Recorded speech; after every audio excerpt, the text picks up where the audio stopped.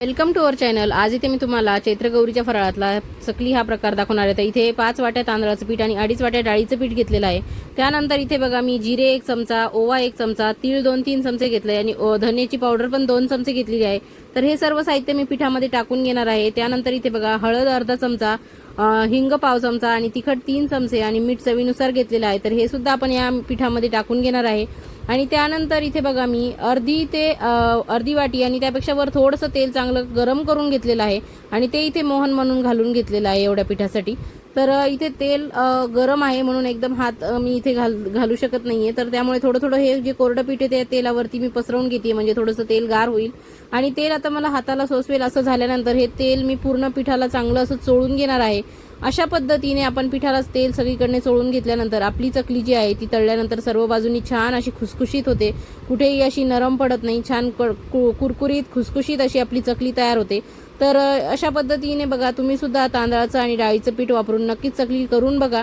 तर एकदम छान अशी ही होते आणि चवीला एकदम मस्त अशी लागते। प्रत्येक वेळेस भाजणीचं पीठ आपल्या घरी तयार नसतं, त्यामुळे जर कधी तुम्हाला खावीशी वाटली तर अशा पद्धतीने डाळ आणि तांदळाचं पीठ घेऊन तुम्ही ही चकली तयार करून बघू शकतात। आणि माझ्या पद्धतीने जर तुम्हाला चकली करायची असेल तर व्हिडिओ शेवटपर्यंत बघा, कुठे स्किप करू नका। आवडल्यास चॅनलला सबस्क्राईब करा, व्हिडिओ लाईक नक्की करा आणि इतरांना हा व्हिडिओ शेअर देखील करा। तर अशा पद्धतीने पिठाची आपण मूठ वळून बघायची, मूठ चांगली वळली म्हणजे आपलं मोहन योग्य प्रमाणात पडलेलं आहे। आणि नंतर बघा इथे मी पाणी गरम करून घेतलेलं होतं। तर गरम पाण्यामध्ये आपल्याला हे पीठ भिजवायचं आहे। तर पाणी गरम आहे त्यामुळे एकदम हात त्यामध्ये घालायचा नाहीये। इथे मी उलथण्याने हे पीठ आणि पाणी असं मिक्स करून घेणार आहे सुरुवातीला।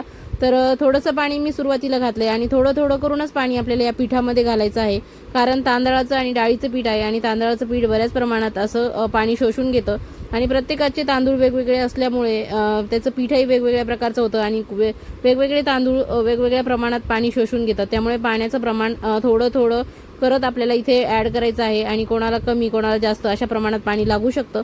तर इथे आपल्या पद्धतीने प्रमाणात बघून आपण इथे पाणी ॲड करायचं आहे। तर इथे मी पाणी ॲड केल्यानंतर आता थोडंसं पाणी कोमट झालेलं आहे आणि हाताला सोसवण्यासारखं झालंय। तर मी आता हे पीठ पूर्ण हाताने भिजवून घेणार आहे। अगदी भाजणीच्या पिठाप्रमाणेच आपल्याला हे पीठ भिजवायचं आहे आणि रंगसुद्धा तुम्ही बघू शकता की भाजणीच्या चकल्यांसारखाच आलेला आहे या पिठाचा देखील। तर अशा पद्धतीने इन्स्टंट झटपट अशा ह्या चकल्या तयार होतात।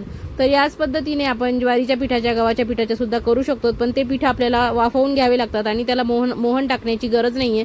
तर इथे बघा आपला गोळा व्यवस्थित तयार झालेला आहे आणि सोऱ्यामध्ये मी चकलीची प्लेट टाकली आहे। खरबडीत बाजू आतून केलेली आहे आणि गुळगुळीत बाजू बाहेरून केलेली आहे आणि छान याचा असा लांबट आकाराचा गोळा करून घ्यायचा आहे आपल्याला आणि या साच्यामध्ये हा टाकून घ्यायचा आहे। व्यवस्थित दाबून दाबून आपल्याला हा भरायचा आहे। कुठेही या सोऱ्यामध्ये हवा राहता कामा नये, नाहीतर मग चकली जेव्हा आपण पाडतो ना त्यावेळेस ती तुटते, जेव्हा एअर यामध्ये राहते त्यावेळेस। तर अशा पद्धतीने आपण सोऱ्याचं झाकण व्यवस्थित लावून घ्यायचं आहे आणि हे सर्व करत असताना मी तेल तापत ठेवलेलं होतं। तर आपण आता ह्या प्लेटमध्ये चकल्या पाडून घेणार आहे आणि तेल देखील आपलं चांगलं गॅसवरती गरम झालेलं आहे। तर एक एक करून इथे मी तुम्हाला बघा चकली पाडून दाखवते आहे। तर अशा पद्धतीने बघा पीठ जर जास्त सैलसर जर झालं तर त्याला व्यवस्थित काटे येत नाही चकलीला। तर त्यामुळे खूप जास्त घट्टही नाही आणि खूप जास्त सैलसर नाही, अशा प्रमाणात आपल्याला पीठ भिजवायचं आहे। तर मस्त अशी ही चकली तयार झालेली आहे आणि एकदम छान काटेदार अशी तयार झालेली आहे। तर या चकल्यांना काटेकोंडुळे असं देखील म्हणतात। हे तुम्हाला माहिती आहे का? माहिती असल्यास मला नक्की कमेंट करून सांगा। आणि तुमच्या घरी याला चकली म्हणतात की काटेकोंडुळे म्हणतात किंवा अजून दुसरं काही नाव आहे ते देखील मला सांगा। तर प्रत्येक भागात प्रत्येक पदार्थांची नावं काही वेगवेगळी असतात, त्यामुळे नक्की मला कमेंट करून सांगा। तर अशा पद्धतीने आपल्या सगळ्या चकल्या पाडून झालेल्या आहेत आणि तेल देखील चांगलं तापलेलं आहे। अशा पद्धतीने मी झाऱ्यावर घेऊन एक एक करत ही चकली यामध्ये टाकून घेणार आहे आणि जेवढ्या ह्या तेलामध्ये मावतील, कढईमध्ये मावतील तेवढ्याच चकल्या आपण इथे टाकून घेणार आहोत। तर अशा पद्धतीने सुरुवातीला मी गॅस फुल फ्लेमवर ठेवलेला आहे आणि नंतर आपण जेव्हा ह्या चकल्या सेट झाल्यावरती पलटी करून घेणार आहे त्यानंतर आपण ह्या मीडियम फ्लेमवर करणार आहे, म्हणजे छान गोल्डन ब्राऊन रंग येणार आहे आणि एकदम मंद पद्धतीने किंवा सावकाश पद्धतीने ह्या चकल्या आपण तळून घेणार आहोत। घाई करायची नाहीये, नाहीतर तेल कडकडीत तापलंय आणि वरतून चकल्यांचा रंग बदलेल आणि चकल्या आतून कच्च्याच राहतील, असं करायचं नाहीये आपल्याला। एकदम शांततेत संयमाने आपल्याला ह्या चकल्या तळून घ्यायच्या आहेत। तर अशा पद्धतीने बघा इथे गोल्डन ब्राऊन रंग येईपर्यंत आपल्याला चांगले याला उलटपुलट करायचे आहेत आणि बुडबुडे देखील बघा आता तेलातले कमी झालेले आहेत। तर या स्टेजला आपण हे काढून घेणार आहे, कारण की हे काढल्यानंतरही थोडा वेळ याची तळण्याची प्रोसेस चालू असते, त्यामुळे आता आपण हे काढून घेणार आहे। रंग तुम्ही बघू शकतात, इतक्या सुंदर चकल्या झालेल्या आहेत। तर एवढ्या पिठाच्या माझ्या एवढ्या चकल्या तयार झालेल्या आहेत। माझी पद्धत जर तुम्हाला आवडली असेल तर तुम्ही सुद्धा अशा पद्धतीने चकल्या घरी ट्राय करून बघा।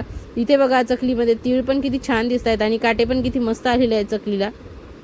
तर नक्की तुम्ही ट्राय करा आणि तुम्ही जर अशा पद्धतीने करत असाल तर ते देखील माझ्यासोबत शेअर करा. एक चकली मी तुम्हाला मोडून दाखवते बघा, किती छान खुसखुशीत अशी झालेली आहे. तर नक्कीच ट्राय करा, खा प्या मजा करा आणि अशाच नवनवीन रेसिपी बघत